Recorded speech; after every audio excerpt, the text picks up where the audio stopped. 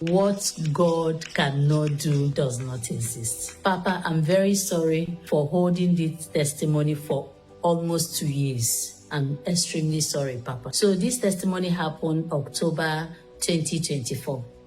It was my elder sister it happened to. 2024 October, the husband called me that my sister, she has been stooling and vomiting, and he rushed her to hospital. So when I got to the hospital, my sister that I know was not who I was seeing on the bed. It was a terrible case. From that hospital, we moved her to the second hospital, to a bigger hospital. So when we got to the second hospital, they were able to diagnose her, and they said it's a severe cholera. And the journey started. From that particular hospital, they also moved us to the third hospital where they have ICU. According to the doctors, that her life is going. When we got to the third hospital, they were supposed to move her to the ICU. But before they can move her to the ICU, they need to set her line. The medical people will understand better. And they tried to get the line. They couldn't get the line. As at this time that I'm telling you, if you look at my sister, she looks like a fresh corpse.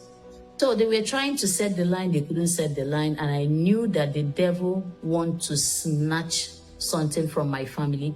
I started playing Nsppd mercy prayer on her bed. I had to place mantle on her head, and I used my second phone to play Nsppd outside the emergency because she was kept in the emergency ward and they were trying to get her vein. They couldn't get her vein for them to set line. My younger sister came out and she was crying, asking me, what is going on? What is going on? She is also an Nsppd member. Immediately she cried out to ask me what is going on. I got angry in my spirit and I asked her, you belong to the altar of fire. Why are you crying?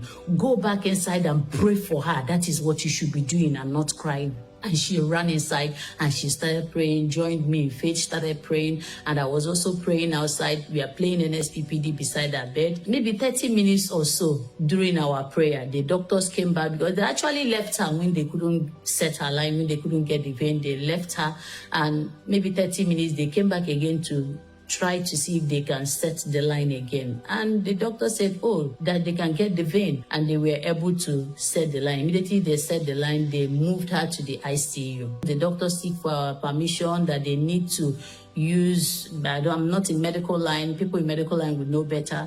They need to use, there's a long syringe that they say they need to use to punch through her heart, to give her medication in order to wake up her heart or something, I don't know. We gave our permission for them to go ahead and do it. The doctor also said her kidney has shut down. We should prepare our mind for dialysis. I knelt down and I told the doctor that it's not my sister's kidney, that the God that woke her up because she was in coma before they moved her to ICU, will not allow her to go through dialysis.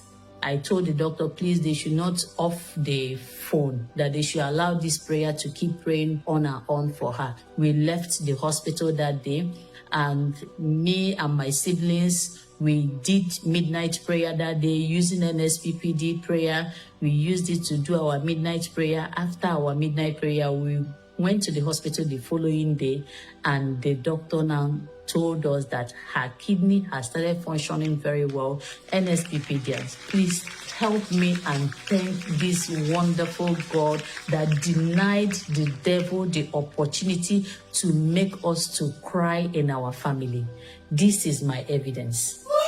What God cannot do does not exist. What a Roy cannot do does not exist. And that woman, the Lord has shown mercy. We dey pray. He dey show. We dey pray. He dey show. We dey pray. He dey show. Thank you, Papa. Thank you, Papa. Bye-bye, Nsppdians. Thank you.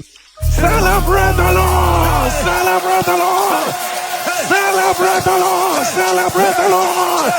Somebody give the Lord a loud shout. People of God, we dey pray. You know, in her case, I think that we should just say, we dey pray, I dey show. Yes, because she is the evidence. We dey pray. What our God cannot do. And people of God, it was obvious that that was the spirit of death. But people of God, the Lord that stopped death in its tracks, that God is your God. And I decree over your life, every area, everything in your life, the enemy has proposed will die. At the sound of your amen, let it be reversed right now. In the name of Jesus. And people of God, look at those cases of cancer. All reversed by God. All reversed by God. People of God, miracle now water. People of God, what our God cannot do does not exist. And people of God, is it not absolutely mind-blowing to begin to recount how God began to reverse all kinds, types, and forms of immigration challenge. People of God, 17 years old, and people of, this is someone, they caught you were without paper. Today you have passport. People of God, today you have passport. People of God, they had no, and I mean, even if they were going to allow you to stay, they would have, prolonged it. But people of God, today she has American passport. Thank you, Jesus. What our God cannot do does not exist. Another incredible one is someone who doesn't have a solicitor. And they say, I don't know. And they told her, go and get an attorney. You need an attorney. She said, I will do it by myself. I will do it. And she did it by herself. And people of God, she has a child. What our God cannot do does not exist. People of God, who will not serve a God like our God? And of course, people of God, look at that daughter that was restored back to life. And of course, the daughter, the sister, people of God, of course, it puts pay to what I already said. We do pray. And they show. For what our God cannot do does not exist. Like I would always say, who will not serve a God like our God? And if you're under the sound of my voice and you're saying to me, Pastor Jerry, please pray for me. I want to serve this God. I want to know this Jesus the way I am known. It will be my joy and my honor to walk you through that part. If you want to give your life to Jesus, please say this prayer after me. Say, Lord Jesus, come into my life. Come and be my Lord and personal Savior. Forgive me my sins. Cleanse me. Sanctify me. And make me pure and whole again. Amen. If you said a prayer, simply means that you're born again. And all required to do right now is to send an email to this email address, salvation@streamsofjoy.org. And all you need to write is, I gave my life to Christ. I gave my life to Christ, and our online standby counselors are going to reach out to you immediately. And if you're ready, like we're ready, saints of God, we pray over every liquid you have. It ceases to be ordinary. Amen. It becomes the very blood of Jesus. Amen. We pray over every substance you have.